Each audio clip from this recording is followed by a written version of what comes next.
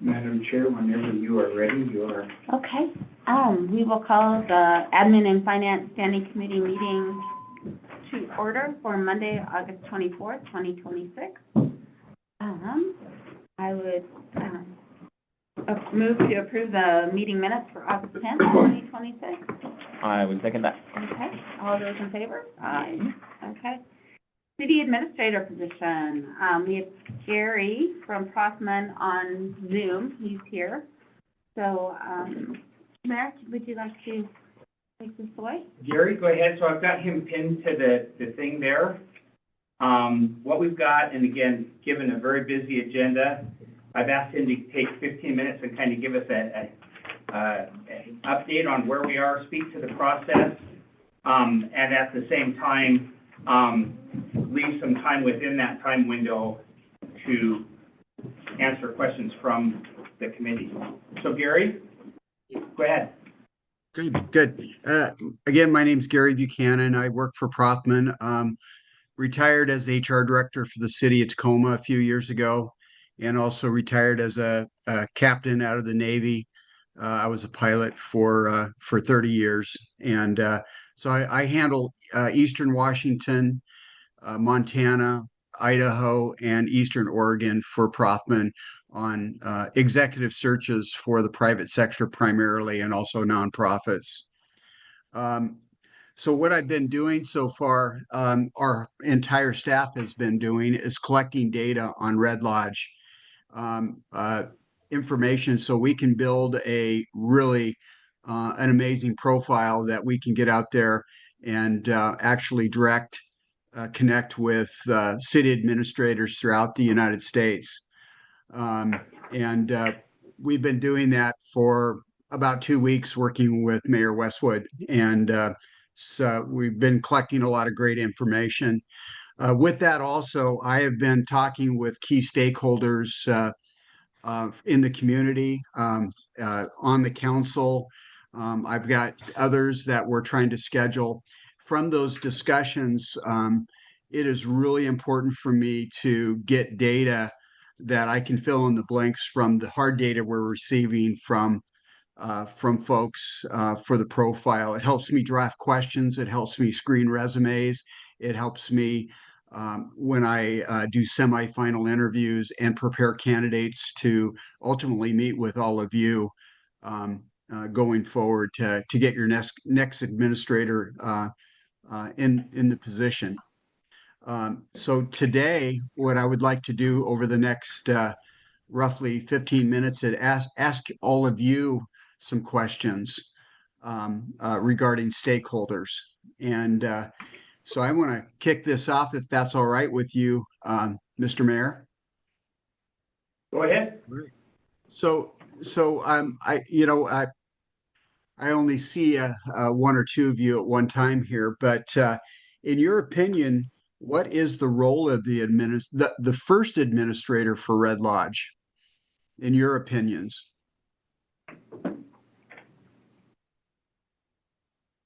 Are you asking council right now? Yeah. Okay. Mike has a comment, our Public Works Director. Go ahead. This is more of a comment for the council members than Yeah. for Gary. At our last staff meeting, we discussed this with the mayor, and all the staff was totally against having a city administrator. Yeah. And a city administrator is basically a city manager, tomato. Yeah. The voters voted against that. Yep. What we asked for was a planner in-house or a community development director. And I think we were pretty clear, the whole staff was in that meeting. Evidently hasn't got to you guys yet, so that's why I came today. Thank you, Mike. I was kind of along that same line as well. When I first see number one coordinates the activity of planning and financial performance of all city departments. When this discussion came about, more so I considered this to be more of a community development director role with some administrative duties here at the city, to where it's not necessarily the management of the departments, it is coordinating public affairs essentially and making sure that you know, some of those pieces that have been getting tossed onto the other departments and obviously don't necessarily fit under the role or become too much in a mayor's position, that's more what I see this being. Again, someone who can assist with putting together ordinances and resolutions, someone who's helping with planning, coordinating those city events within the, within parks, someone who can be doing the grant applications, and coordinating some of those bigger plans at the city level. I don't see this as a management role, because that's exactly correct. That becomes a city manager position, which the voters said no. And personally, I would like to see a city manager position, but if it's voted no, then that means no. Well, we voted not to review our form of government. Yeah, Sure. we Which didn't, to me they is didn't, they didn't vote no against the city manager, they voted that they didn't want to. They didn't want to review it, so that to me is a pretty, like, unfortunate In a sense, series. yeah. But again, this is not a city manager role, this is someone who is assisting the departments in terms of creating that community development. That's more how I see this position. So this is Jody, I talked to you on the phone the other day, and I kind of gave you, a lot of what I felt, needed to happen. And honestly, it is along the same lines as what you just said, it's just titled as a city administrator. And it's the ability to, we have a lot of projects that we want to, as council, with, you know, just basically sat on the shelf and not happen because there's no one, you know, we all have full-time jobs. The mayor, you know, typically has some type of full-time job where they're retired, but, you know, they're still only making $400 a month. So there's no one to spearhead these projects. Mhm. And the city administrator would be doing that. They would, you know, at council direction, you know, with the mayor, saying, you know, this project is important, we want to see it move forward, we want to see it happen, you know, so that's where I'm saying, you know, the city administrator position could really step up and take us across the finish line on so many of those projects that are not happening. Yep, and I agree with you Or that we on need that. those, and a community development director, to me, is more on the planning side. You know, and not to say that this position would not also be, you know, that community development director, because there's a lot of planning that happens with our growth policies, with our downtown master plan, with our parks plan, you know, all of that. So a city administrator would just be a larger umbrella than just a community development director, is kind of what And I again, would, you know. and we're on the same page with that. Yeah. Again, call it what you want, end of the day, like, Right. that doesn't matter to me. It's more so that role is, again, you're doing some of those planning pieces that need to execute, and that includes Yeah. planning from the council Absolutely. of some of these projects that need to be happening. I Yeah. just don't think that they need to be managing city staff. I think the main need that we have is that continuity piece. Absolutely. You know, so we can spot contract out for specific projects to the planning, you know, contract planners, but having that continuity piece that's constantly touching base with the, you know, with the public even, you know, organizing those town halls, getting public feedback, you know, having that long arc of some of these, you know, of our plans basically in a way that engages both council and the public, I think is the main role of that position. I'm not particularly attached to the title or whether they would directly supervise staff, but Yeah, you can call him Super Dave or Super Doug, I don't care. Like, it's just, again, the title doesn't matter, it's the role of the position. but that continuity piece where changing administrations, I don't want that to equal changing priorities or changing direction of long-term projects. So that's kind of where, Yeah. that's what we need, however that comes Absolutely. together. I think council needs it, I think city staff needs it, I think the city as a whole needs that continuity. Yep. Because, you know, it's happened before where you have a whole new council and the council doesn't know what they're doing. And then you have a new mayor that comes in and everything changes, all the priorities change, and the staff has a whole new person that they have to work with again and learn what they want. And then this is where I feel like if you have that city administrator position, they would be that buffer between city council, the mayor, and staff, so staff doesn't have to have a new boss every 2 years. But that would be the only thing that I would say as far as Yeah. having that supervisory, the HR aspect, having someone who's good in HR, so that, you know, we don't have issues moving forward, Right. so. And again, as much as I would like to see that, unfortunately, I think that does become a shift in government. I think that's where we cross the line. Yeah, other cities, I will just say briefly, other cities have done this, where the city administrator does take on that responsibility of HR, of directing staff, you know, whether or not that will work in our situation, you know, I'm open to discussion on that, but, And I don't want to hang too much on that the voters didn't approve this. They didn't decide it. They decided not to spend a little bit of money, and it was a very close vote. So we decided not to consider it. That does fall on the side of the status quo. Yeah. And to be fair, Dan has given us some very clear guidance on the distinction and the change of government, the most significant being, who does that position report to? The change of government is that position reports to council as opposed to reporting to mayor. So right now, for instance, when council passes this resolution, they could not say this is a position that reports to council, because that would be a change of government. To say this is a supervisory or an administrative position that reports to the mayor is exactly in line with our charter and state law. It is not the assistant to the mayor. Councilmember Ronning has raised that concern, I think, and as did Chelsea, we're in a standing committee, that this is not a position we want to see. Continuity is a big part of this.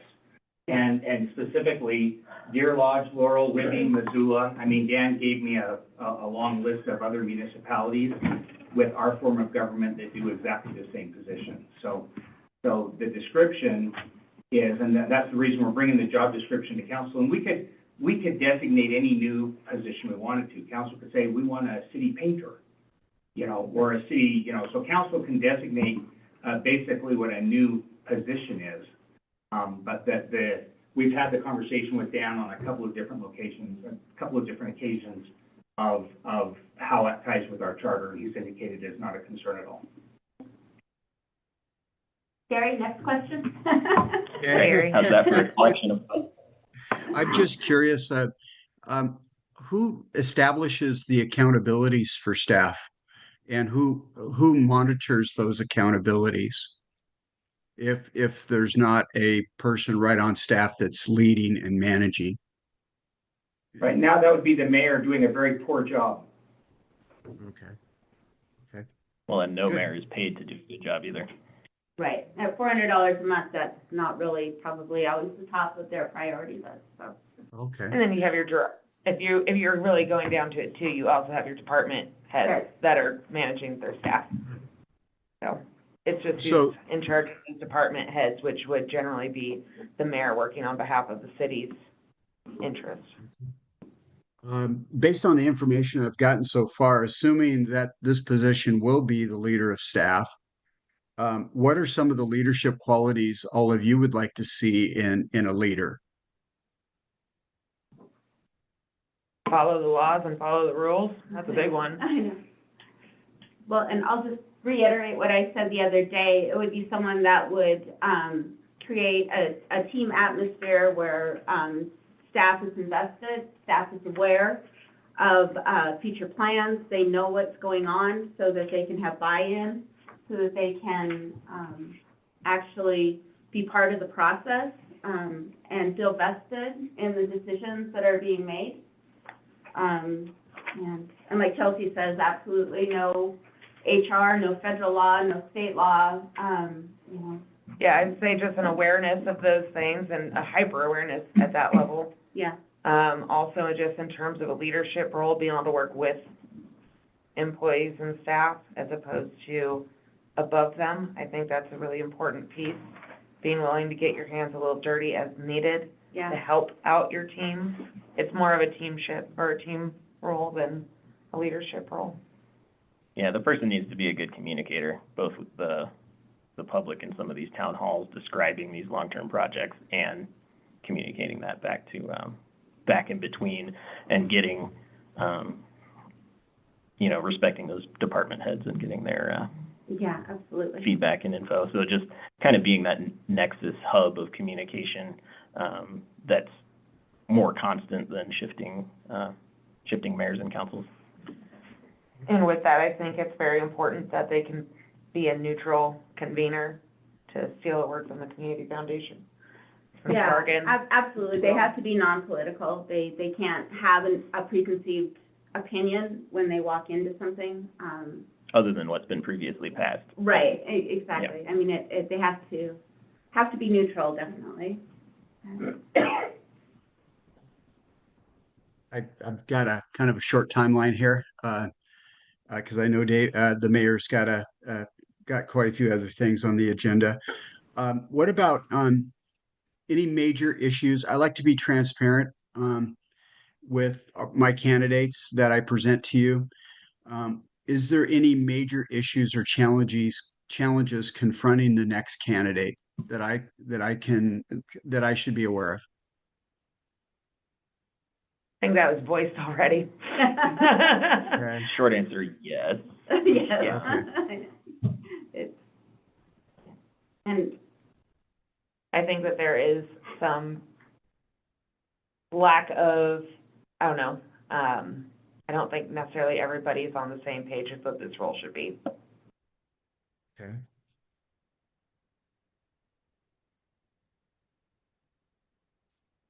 Another department, and they'll have their department that takes care of the meetings, the projects. Mike, Public Works has his department, Building has their department, Lonnie has her department. This one person isn't gonna know everything about every department, know how to direct Right. other department heads. They shouldn't need to, but they need to be able to coordinate all those departments into a And- functioning city and we unit all that work is really well responsive to together. the government. Yeah. And, I mean, what you're describing is almost what Peter Italiano did for years here. right, He went to all the meetings, he took care of stuff, and he was another department head, and everybody worked together. And that's where you get back into department head meetings. Everybody does have meetings, they get together, they know what's going on. I think you get one person directing everything pretty soon, it's like, well, I don't wanna do that, so I'm gonna figure out someone else to do it. I don't feel that's in my job description, so I'm gonna get someone else to do it. That's my thought on it. Okay. and Gary, that was Brian Hanna, our building. And you'll be reaching, and in the interest of time, Jody's already spoken with Gary, and in the stuff that I had forwarded on to you guys, kind of the job descriptions that they provided us is just early starting spots. I guess my first question is, did anything jump out in any of those? Like, definitely that, definitely not that. And then just kind of, and closing that out too, is just, if either one of you would like to speak with Gary directly, just say so, and we'll set those up as well. I was under the impression that I was going to get a call from I Gary. think I'm meeting with, yeah, I'm meeting with Brian and Hannah, or Lonnie and Brian Hannah today, I think. Yeah, I had offered initially, two council members, which was Jody and Ann. Ann declined, and I am remembering that Chelsea said she'd like to, so I'll go ahead and forward you her information as well. Jeremy, do you want to spend some one-on-one time with them also? I wouldn't be opposed, yeah. Okay, so I'll stay up with both Jeremy and Chelsea, and that's the three members that are of our admin and finance committee, so. Okay. Mayor, I'd just like to go ahead. I'm sorry. Oh, go ahead. I'd just like to recap some of the data points that I've written down from some of my discussions already with stakeholders in the community and also with council. And just to let people know what some of my notes are, and then I can close this up pretty quick. I know you're in a rush, Mr. Mayor. Some of the major categories, assuming that this is going to be a leadership position, some of the leadership, effectiveness pieces would be performance management, emotional quotient, development of staff, creates a positive work culture. Somebody that has strong business acumen, has budgeting, operational planning and financial principles, organizational effectiveness, influence, trust, integrity, somebody that understands human resource law to a certain extent, may not be an expert, but may have the ability to understand when to call somebody regarding an HR type of issue. Somebody that has confidence. I just heard this again. Drive, roll up their sleeves, can be a team player. Somebody that has good communication, presentation skills, executive presentation skills. Somebody that's organized, has good planning, that's a multitasker, that has a keen sense of his or her surroundings. Somebody that's also strategic minded, somebody that can develop a master plan for the organization, work with the mayor and the council to do that with staff. Somebody that's compatibility. You mentioned non-political. I think that's really important. Um, uh, Somebody that has the ability to work with electeds and move the electeds' vision forward. Somebody that also is familiar with labor. I think you might have a couple, one or two unions in your organization. So somebody that um, has that ability and or that general knowledge. So those are some of the key data points that I'm picking up so far in my discussions. And if there's anything else, please forward those types of things to me. And look forward to continuing my discussions with key individuals in the organization, council, and the community. Thank you, Gary. I will get that other information sent along, and the goal is that by the time we meet in 2 weeks, there'll actually be a job description that council can look at and say, here's our input on tweaks or edits or stuff from there. So, but while those are being built and compiled from the other things, that's also a whittling down. That's what the input and discussions are for. So. Thank you. Thank you, Gary. All right, I'll log off and let you guys continue with your meeting. Nice to meet everyone. Thanks, Gary. All right, so we'll be looking forward to that, and thank you all for meeting with him and for sharing your input in this process. Resolution number 3752, the budget resolution, FEMA determining concerning cost plus percentage of cost contracting. Lonnie, do you want to talk about that? Yeah, I can briefly touch on that. So back when the flood happened, we had KLE, since it was an emergency thing, we didn't do a bid, we didn't, go out for bids. They were here doing work on other things. The city pulled them in to work on the emergency stuff. And one of their invoices, they actually marked it up. Well, FEMA doesn't, they don't reimburse for that, which they did at the time because we submitted everything. But then when they do the final closeout of all these projects, which seems like it's taking forever to close out these projects, but they go through everything with a fine-tooth comb, and that this was one of the things. So because of that, we'll have to pay back that $44,000 that we got paid on those invoices for. A little bit more on that. In the process of the flood, they gave us a pool of money to address flood-related things. Lonnie, please jump in and correct me. Not a pool of money. So they classify projects. Some projects are based on a per invoice, like per cost reimbursement. Others are kind of a more broad. They'll reimburse you, here's, this much money, this is what you get. It's not on a per invoice. So the large projects are on a per invoice basis, but as far as the cash available that's sitting in that fund, we have the funds to pay this back without a budget amendment, having to borrow from anybody, other funds to pay this back because of those other projects that were based on a not a per invoice, per cost project kind of thing, if that makes sense. So it's okay to use when that charge wasn't allowed by FEMA, it's okay to use the other money It's to all pay the for same it? money, it's all the same money, it goes into the disaster fund, so it was Okay, all for the yeah. same disaster. And the disaster fund right now has about what sort of a balance? 104,000 in the cash sitting there. Okay, but they're okay with us using that money to Because pay? it's their money. It was money Okay. the money that came into that was from FEMA. Right, no, I understand that. So money is going I'm just back. wondering why, if they didn't allow this cash overrun, why we can use that money to pay for the cash overrun? It's still all of the same money. It's just, so it's a disaster. It was one disaster. No, I know. It goes into Yeah. one fund. So all of that cash that's sitting there came from FEMA. Right, So it's just FEMA money going back to FEMA. okay. I guess I'm making myself So what was the clear. problem then Let before? me see if I can take a stab at I'm like, it. what? So they gave us that money with specific stuff in mind. So they paid those invoices upfront.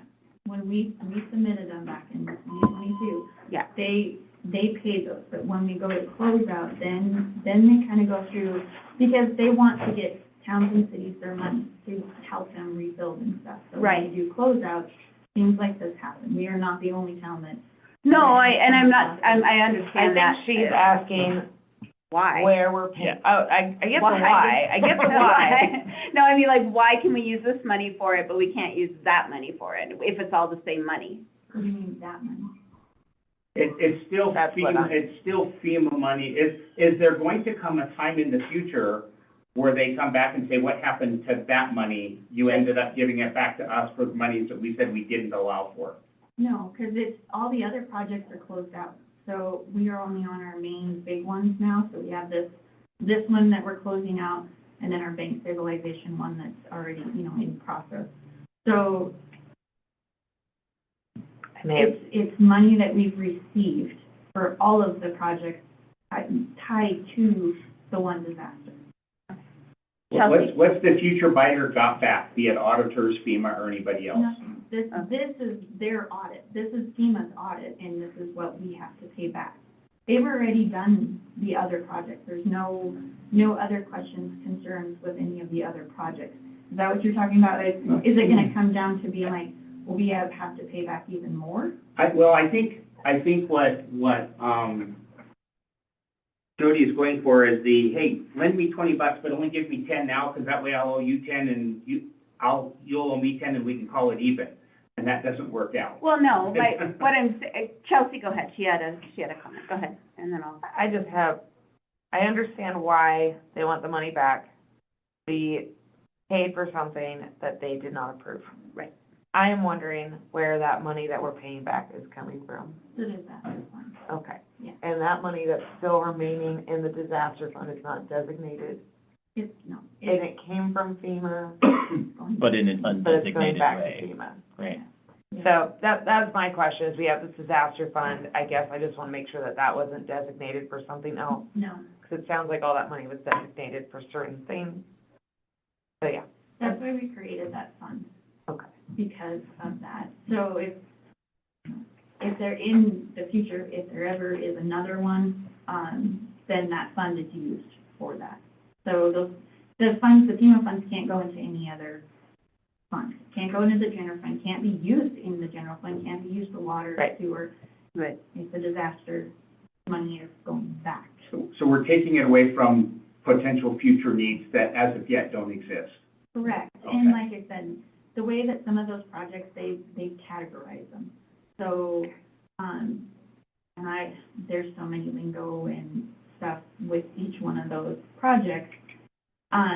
It's however they base those projects, and they determine what kind of projects they are at the very beginning of all this. The other thing I'll add is, so most of this stuff we do through our contractors, like Great West or something. Right. And one of the tasks that they are charged with is going through and looking at those bids and making sure that it's stuff that we know is gonna cause problems and issues. Just the nature of the flood, this one did not have any oversight other than city and FEMA, what FEMA provided as well. Okay. So that's why As long as they're not we gonna come don't back and anticipate it's say. gonna happen again. No, and that's why Yeah. I included in the packet, the Yeah. things from Okay. FEMA and the reasoning behind it. Okay. and that was from them and DES. We're giving you some, realizing there's gonna be some left over, that's fine, hang on to it, use it, but only for emergencies that occur in the future. In this particular case, we're using the CAL's change to back pay money we shouldn't have got to start with, which means they wouldn't have given us as much to start with. And unfortunately, we can't go after the contractors either because they're no longer in business. Great, okay, all right. Okay, any other questions on that? No, that was painful, thank you. Okay. I know. Painful. Painful. Okay. You're not wrong. Resolution number 3751, our budget, fiscal year 26-27 budget. We'll just, is there any questions on the budget? We have to vote on it tomorrow night.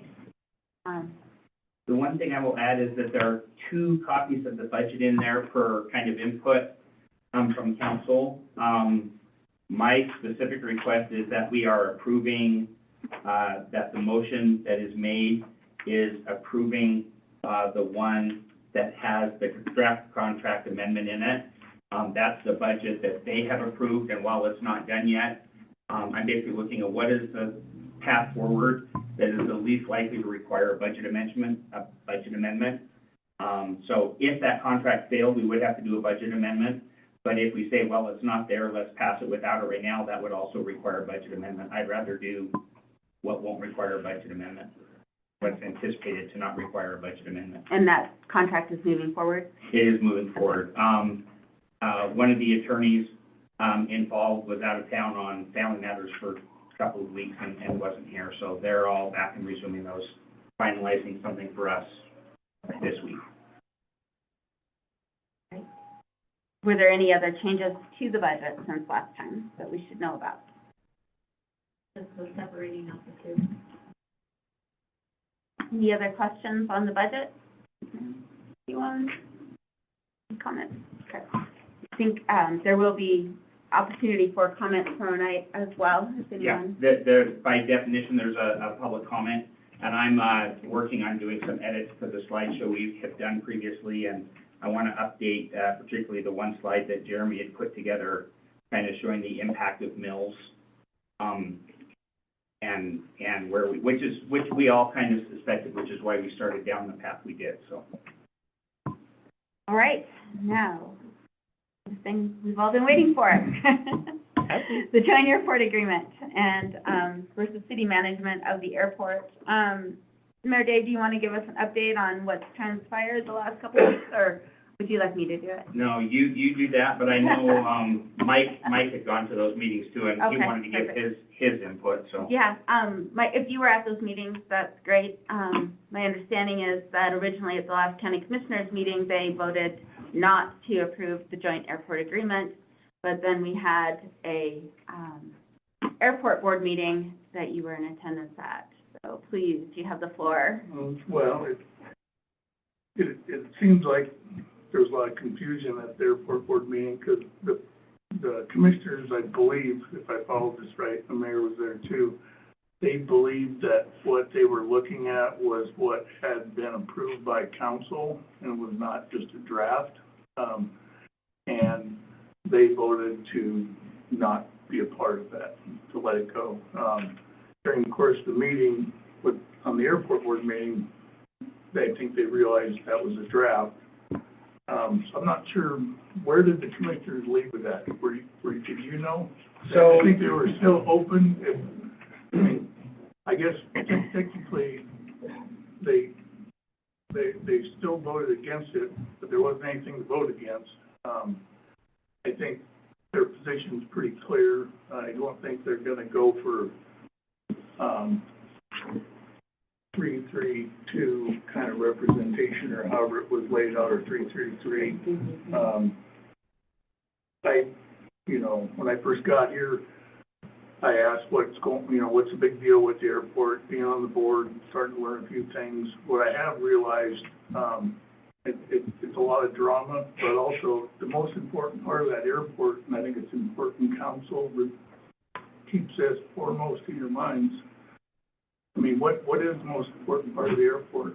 Emergency services, in my Yeah, I mean, Yeah. I wasn't here when the fire came over the hill, but I imagine that was key to keep the red light safe. It's a city, county resource that we absolutely need to function as best as we can. Having been on the board a little bit and looked at it, my suggestion is to keep it city-county run. I think it keeps it safer from agendas, both city and county agendas. I don't really know that the number of board members is that big a deal, because I'm trying to look and see what major decision the airport board's actually made that had consequence in the last 4 years.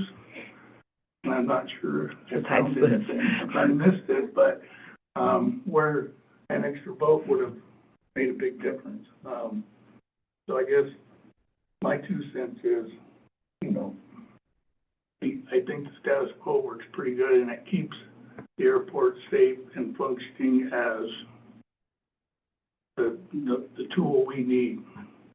You know, I saw it this April when there was a fire up the canyon right from my office, all the aircraft hitting that thing.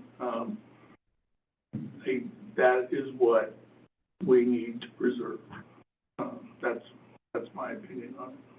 Did you have any specific thoughts on the draft that we're looking at? I think that I never understood that section about the disillusion part. The language in it was very confusing to me. I don't know if it's been changed since the last draft. And, you know, I think that basically what it's going to come down to, and I may be wrong, if we change the number of people on the board, I think we're gonna run an airport as a city with no county. If we decide that the status quo is acceptable, I think it'll be a city-county airport. That's my guess. I don't know that for a fact. That was the read I got from the commissioners. Do you know if they had any good reasoning behind that? Because I feel like we have a good case for equal representation. Well, I think their perspective on it is that there is equal representation because Bridger has a county representative. Yep. Red Lodge has a county representative, and Joliet really doesn't have a dog in the fight. So they're kind of the vote splitter between the counties, between the commissioners. And in an ideal world, that would be the case. You know, our commissioner, we would be in line with our commissioner. I don't know that that's always the case. I think it could be. I think if we work together a little more. So I think that the representation part could be addressed without. My objection to that is that you shouldn't be wearing multiple hats. Like if you're representing the county, you're representing the county. You shouldn't be representing. He's our representative on the county. On the county, yeah. Yeah. So getting a vote as a county rep and as a city rep is something you really shouldn't be doing. So we need, in my opinion, that equal representation from the city to represent the city's interests at city land. He is our representative. I don't want him to not represent Red Lodge. He's our representative for county jurisdiction, not for Red Lodge's jurisdiction. He's not an elected member of Red Lodge City, and he doesn't represent the city's interest. So that's my main objection. And I think we should have that equal representation because it just makes sense. It's a lot of city land, and I think Red Lodge residents are most impacted by what goes on at that airport, and it just, we need at least the representation the county does, in my opinion, on that board. So can we talk a little bit about if the county commissioners say no, what that looks like? I know you've had some conversations with the county on a few things, so. My 2 cents and what I got from that meeting that Mike did too, and there was a couple of head scratchers amongst the commissioner. Interesting to me, and they had made an amendment to approve it basically to the status quo of 2, 2, and 3. They had done that, and that amendment passed, and then it failed, and they were like, did we understand what we were talking about or what we were done? To me, if they had done that, so Bridger has already passed it at 3, 3, and 3. Right. My 2 cents is, I think if Red Lodge passes it at the 3, 3, and 3 with the changes that council put together and put in there, that then sends it back to the commissioners with the other 2 entities having already passed it. And my humble opinion is that I can't say that I can't guarantee they'll pass it or go with it, but to me, it seems to me like with those changes that council wanted in there, that's our best opportunity for getting those changes and still having it be an interlocal, is to pass it like that, because at that point, both municipalities have already voted on it. The other thing that to me was problematic is the version that they had proposed and voted on was it included a change in the map, which cut out Rodeo Park and then basically followed the road on the north, south, and east side. And while that is the version that I happen to think makes the most sense, what county passed is a different ordinance. So what the city passed is a different ordinance, or has a different map.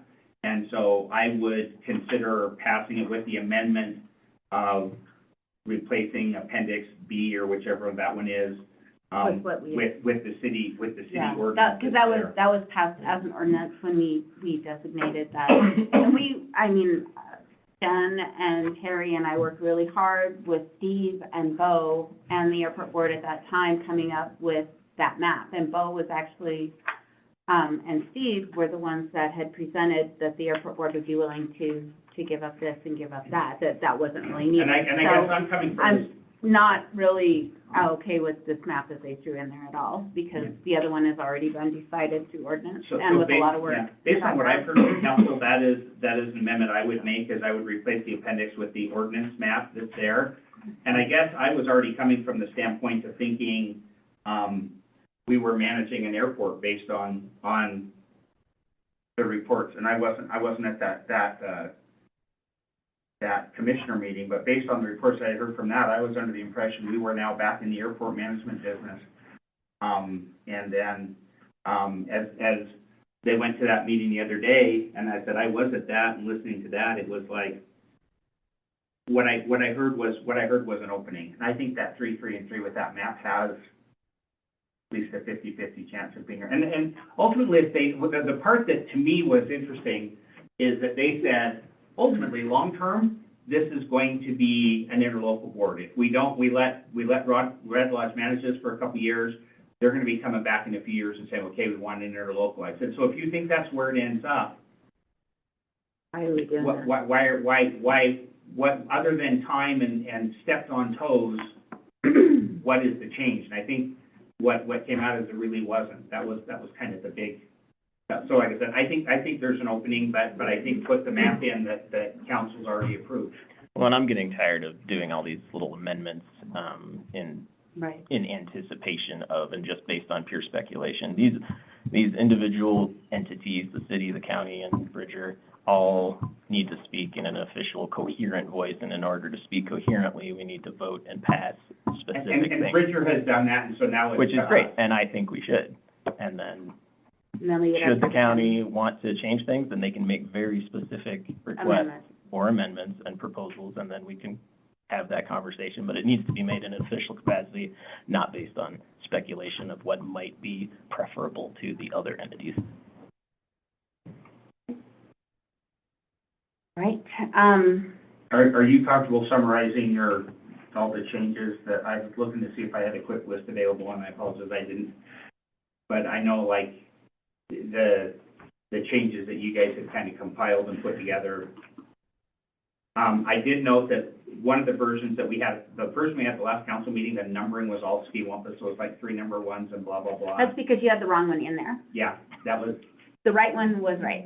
Yeah, well, and she had gone through, Angela had gone through and fixed the numbering, but there is there's one reference where like number 10 refers to 11 and it should be 12, but that's the sort of thing that doesn't even require an amendment Right. to change.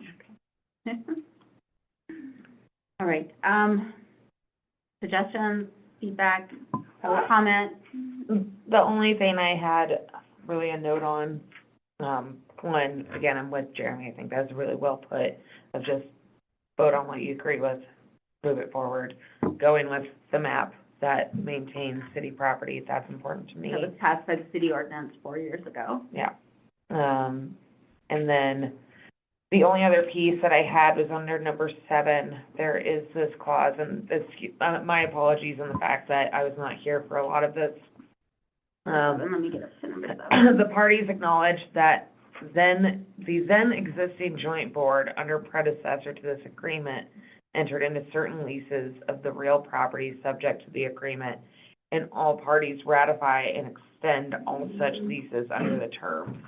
So I just would like some clarification on that essentially it's just any leases that are in place still exist, is what I'm understanding. Right. Yeah. And the one qualification I would like to add to that, in the ex-mayor's letter and comment input, she referenced the rodeo lease ground, which is the one that kind of started all of this, and that lease has been terminated, so that's no longer in effect, so that is not being extended or, Right, yeah. and the conversation was And had. that land's not even in that map Yeah, anyway. and it's so. not inside of it, so it's protected on multiple levels, but that was, something in there that was, this is basically just that, The airport lease. yeah, that the For the hangar hangar. leases extend.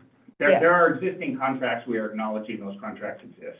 Yeah, basically, the only thing that I wanted to add to that is if any of these contracts that do exist fall outside of the bounds of the Exhibit A lease, that would be one thing that I think would be worth noting and having maybe included or just aware, because again, I don't want to vote on accepting a lease that I don't know and is outside of the bounds of what I expect. So that would be my only comment on that. And the only one that has been canceled, so. Okay, so again, just, that would be the one, like, if I were doing a real estate transaction and I had a lease that I was buying, essentially, I'd want to make sure I saw that. Madam Chair? Any other, Jeremy? Anything else? Mike, anything else? No. Okay. Any staff, anything else? Okay. Go ahead, and then I'll get to you. I think a key consideration here, or question that I would have is the city prepared to run the airport? Because I think, my opinion, we're all, Dave and I were at the meeting, opinions, what will the county do? If it's 3, 3, and 3, they will, in my opinion, they will turn it down. I think, to what Mike said. Yeah, So I the think question they'll turn becomes- it down, then Bridger's agreed that they're good. Bridger- So then they'll renegotiate their own interlocal agreement with Bridger, and then we'll be running the airport, and county and Bridger will run that airport. Is the way So that- the way you read it. Yes, and what Mike did a good job of summary of the airport board meeting. So I think, to say, in the equal representation, I think is a matter of opinion as to the effectiveness of that. The 3, 3, and 3, that will ensure protection of the city's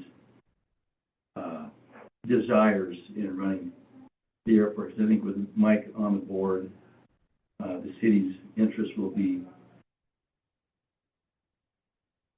brought up and followed. So I think the question is, if the city does not want to run the airport for whatever reasons, that they need to go 3, 2, 2. And I think, let me restate that. If I go back to what I said is, if it's 3, 3, 3, I thought it's probably a 50-50 shot. What you're saying is, if it's a 3, 2, 2, it's pretty much guaranteed. But I don't know that council will approve it with a 3, 2, 2. Right. Based on the map, too. Don't forget the map. The map is the most Yeah, important. and 3, 2, 2 and the map. And- Yeah. Well, and I think they would not fight over the map that council passed. I don't either. And Yeah. the map did not come up at the board meeting last Thursday as a key There item. was some comment a commissioner made that I didn't understand about, well, the city has final say on the land anyway or something. Did you catch that? For the last number of years, what is the airport boundary has been an ongoing, we need to decide what the friggin' airport boundary is. And that's I mean, why we we did with that have. ordinance Yes. 4 Yes, years ago. yes, Right. absolutely. It just has not become part of an interlocal agreement yet, because we have not Okay. had one since then. Gave them that 4 acres based on it being parking and an easement in. And a hub, or whatever you wanna call it, a officer, central office. FBO, Thank you. they want to put an FBO on that edge. Yes, yeah. Inside the boundary that's already there and have parking, access in there. I have lots of conversations with people up there. Now is the perfect spot to expand Hangar Grove. So, And that would be definitely a future conversation. so that would have to, my opinion is, I mean, I did more research on this than probably anybody. If I it remember. didn't go and the city took it over, I don't think anything would change with the airport. We still use it for emergency services. That airport brings in good money on their leases, and the lease money is just getting more and more every year. They bring in enough money to cover The airport. their yearly expenses. They're still eligible for state money, still eligible for all the other money that's out there, other than FAA. Kristen, I'm sorry. No, that's what I understand. Number one, I mean, I hope you read my letter. Yes. So you have in the packet. And I'll save my comments for the council meeting, most of them. But that lease that was terminated, I've never seen any documentation that it was terminated. It too was outside, the whole problem was that it was outside the map. And so it doesn't really matter. That's part of the problem, is that the map wasn't followed. And I mean, council should have written proof that that is no longer an issue. And council should be aware of all the existing leases, like, see them, have a list. It's a fairly reasonable, you've got 3 people in this room that were at that meeting, so I'll let you listen to staff and tell you, but I can see if I can get a written, if that's council's desire, I can certainly get a written that lease no longer exists. It just would be, good practice to have that. But, and then, let me see, what else good. Yeah, save my comments, thank you. Okay, thank you. Is there any comments online? Jeff, are you on? Do you have any I comments? do not see any unmuted mics, hands, or cameras. Any more public comment on the airport? How do you, I'll bring it back to the table. Can you hear me? Yes. Yep. Didn't have so much of a comment, but I have engaged with Dave in text messages. I know that the consideration of the lease itself, that exhibit, it's really not up for changes, but I would point out that there are a couple of minor things that could be changed here and would be simple and wouldn't, I don't think would be objectionable to anybody. Under use of premises, it specifically mentions. We're gonna amend our we can hear you to we hear noise. We kind of were getting some of the words. I did mention earlier that you had raised a numbering issue, which is that we don't need to amend to grant. The clause premises, we should mention that the airport is a public airport owned by, the city, whatever's in the blank. Okay. So those some comments. Did you copy? Maybe plan on being here in person tomorrow to make sure we can hear you. Yeah. Okay. Sorry. That's okay. You're just cutting out. You're cutting out really bad, so it's like every other word kind of thing. So. Okay. All right. I apologize. Never mind. You can either also send us all an email too with your comments as well, and I promise I'll read them. Okay. Thank you. Okay, bring it back to the table. I guess it's discussion and vote tomorrow night if we want to pass this. I think we're all in agreement that the map that the city passed in our last ordinance is what we will include in this from 4 years ago. And then, And that would be an amendment, because that's different Right. than what Bridger passed. Bridger passed with that map? No, they just passed with the one that was included in there. That's what they had when they signed off on. The one that the commissioners included To Bridger? Was is, that map? is the old map with Red Lodge. They also indicated it was not a concern or worry for them, so I think it's incumbent upon Red Lodge. Yeah, I to don't think that change they would to really what they care what want. our map looks like. but- Yeah, they said they would not. Yeah. So, okay. Anything else from, I think we should pass the version we've worked on and, yeah, see where it comes. Chelsea? Anything else? Okay. All Right, right. we have those, again, I would like that verification. Okay. I will And get then that. just making sure that any active leases do fall within those bounds. And I guess, at the end of the day, I mean, is this the last time that we will go back and forth? If county votes no, then we get the airport back, period. Is that? That depends. You're asking me to look into a crystal ball. My There has gut to is. come a point where we have to say enough is enough. Either we take it back or, Yeah. I mean, it's been dragging on for 4 or 5 years now, so. Yeah, I said, if they can either pass it or if they come back with changes, and then like I said, that will be council's decision. Okay. And then it'll be up to us to reject it and just say we're taking it back at that point. Yep. Okay. All right. Fun. All right. Any other public comments about anything else? Any other staff input? Thank you all for being here on this Monday morning. I appreciate it. Appreciate all your input. And meeting adjourned. Have a great day.